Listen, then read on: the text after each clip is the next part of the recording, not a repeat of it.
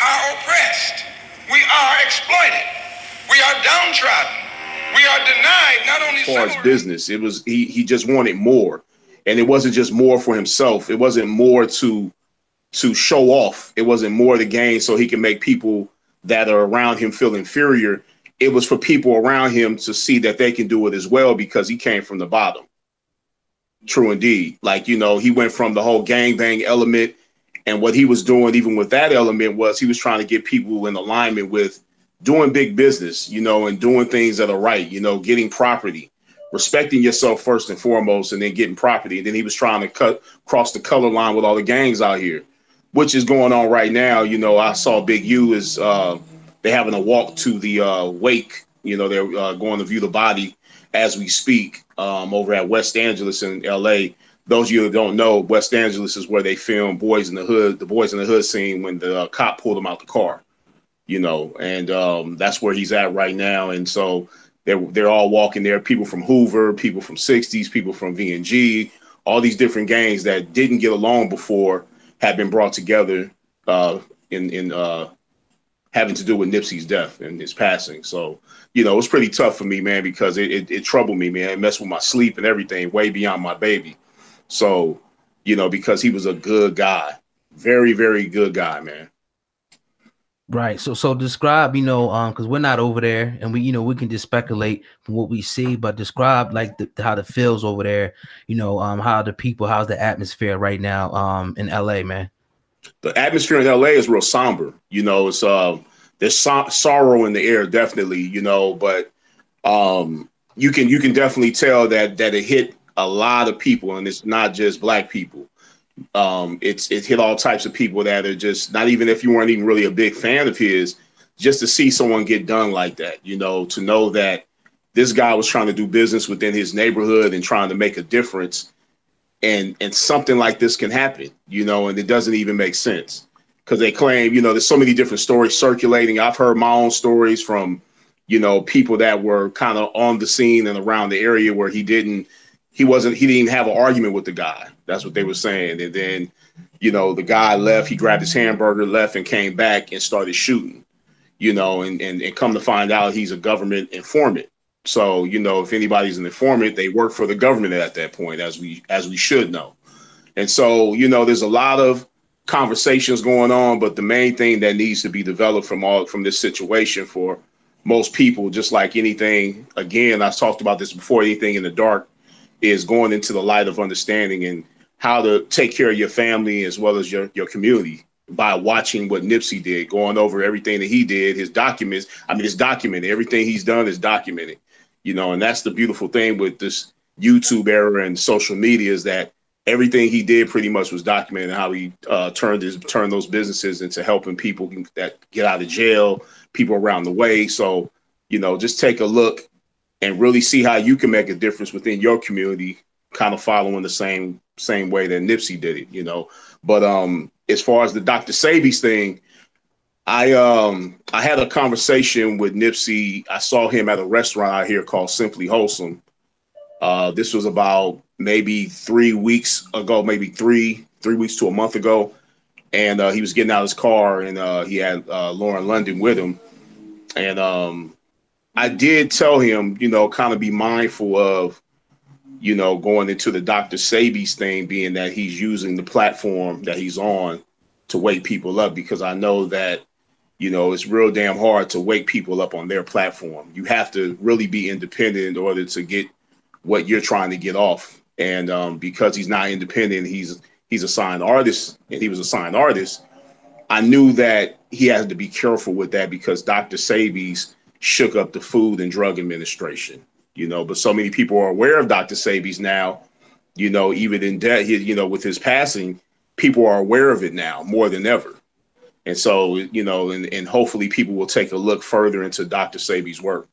But I did tell him that, and his response was, you know, why would I say that? And, you know, because I know that there are, you know, secret orders of people that don't want the sheeple to wake up to the reality that there are certain things that are going on through the food and the drugs and the vaccinations and different things that are taking place, and they don't want you to wake up. because you sleep, it benefits them for you to sleep because you will forever be a consumer to what they push, you know. And so it's just it's a strange thing, and I call it duress. You know, it's constant duress. You know, even seeing that footage of Nipsey laying there like that and getting shot, you know, it's I mean, it's devastating, man, for people that knew him. Cause I knew the dude, man, even before he was like Nipsey Hussle running around LA, you know, just a guy that's trying to develop his craft as a rapper. I'm giving him beat CDs from a guy I used to manage named Jay Henny the Business. He used to drive Jay Henny the Business crazy that I would give him a beat CD because he wasn't a signed artist. But I used to tell him, just get your skill, you know, continue to get your exercise on, get your skills up. And come to find out, he put a few of those beats on some of his earlier mixtapes, which was pretty dope. I felt wasn't dope for Jay Hen, but it was dope for me. Shout out to Jay Hen. Yeah, he did. Jay Hen wound up doing All the Girls Around the World for Young Money. He did Strip for Chris Brown. He did Follow My Lead for 50 Cent. So Jay Hen, you know, he got in the game and he's been doing his thing ever since as well. Word. Let's talk about the Dr. Sebi and just that angle a little more. Not giving because obviously when he initially passed and we got news of it, that was immediately out there. And then we got news that the family wanted that to kind of shut up. This was something this was a random act of not a random act of violence, but an act of jealousy. Someone that knew him, someone that hated on him. And this wasn't Dr. Sebi. Let's leave that alone. Let's not be disrespectful.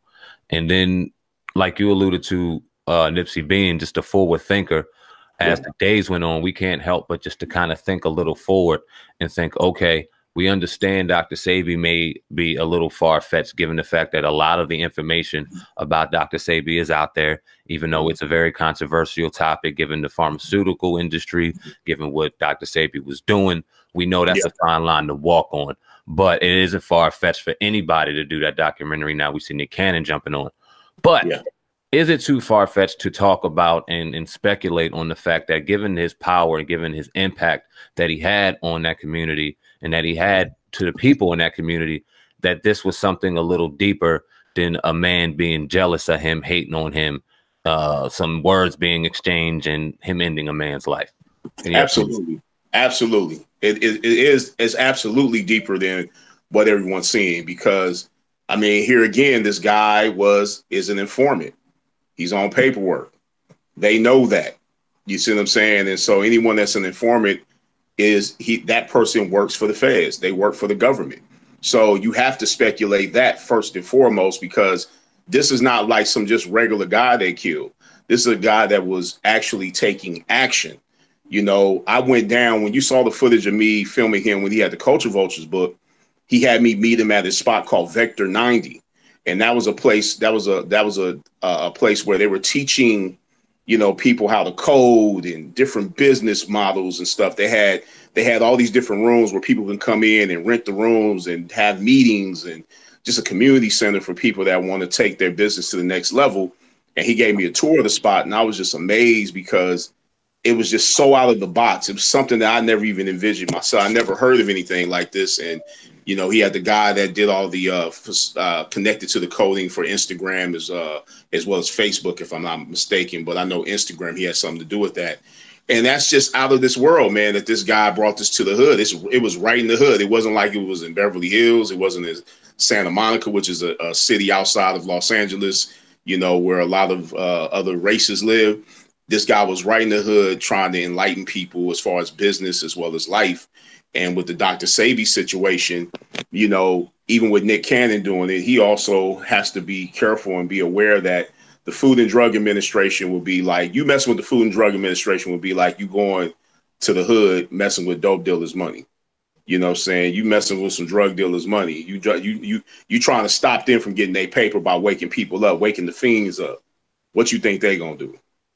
Mm-hmm. So if cats in the hood would do that, you know, for damn sure the Food and Drug Administration, they're gonna take different routes to stop you from pushing people away from what they're peddling to the sheeple. They're gonna stop you.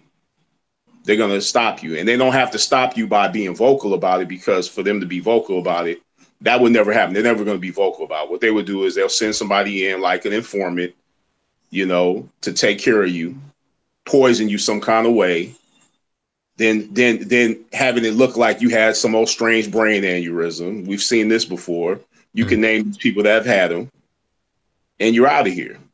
But the good, you know, the interesting thing about it is that I have a different philosophy on death than the average person. So what we call life is death, and what we call death is life. So in actuality, to me, when I saw the post that Nipsey put up where he said that strong enemies is a blessing, and in connection to what happened, you know, he's stronger than ever right now because his energy still exists. Everything he stood for exists, but it's stronger than it's ever been. And you can see this through how it's affected so many people all over the world. It's affected not only people in Los Angeles, but people all over the world. And I'm sure when you guys saw it, it hurt you, and you might not even really I don't know if you were a fan of his work. And even if you weren't, it affects you because it's stupid. It's disgusting. And then you see his backstory, what he's really trying to do and what he was pushing and what he was doing. It makes it even worse because here is a guy that came to the hood to do his thing, and he died where he was doing business. He laid there and died where he was doing business. And that's disgusting.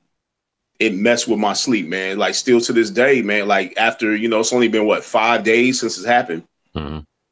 And brother, it's still, you know, it's pumping through my head. Like I had to stay off social media. I'll post something I get off of real quick because it's just the constant pulling me into sorrow. It lowers our vibrations. It keeps us feeling down and bad. And that's a part of the game, man. It's just the same principle. We are oppressed. We are exploited. We are downtrodden. We are denied not only civil rights, but even human rights. So the only way we're going to get some of this oppression and exploitation away from us or aside from us is come together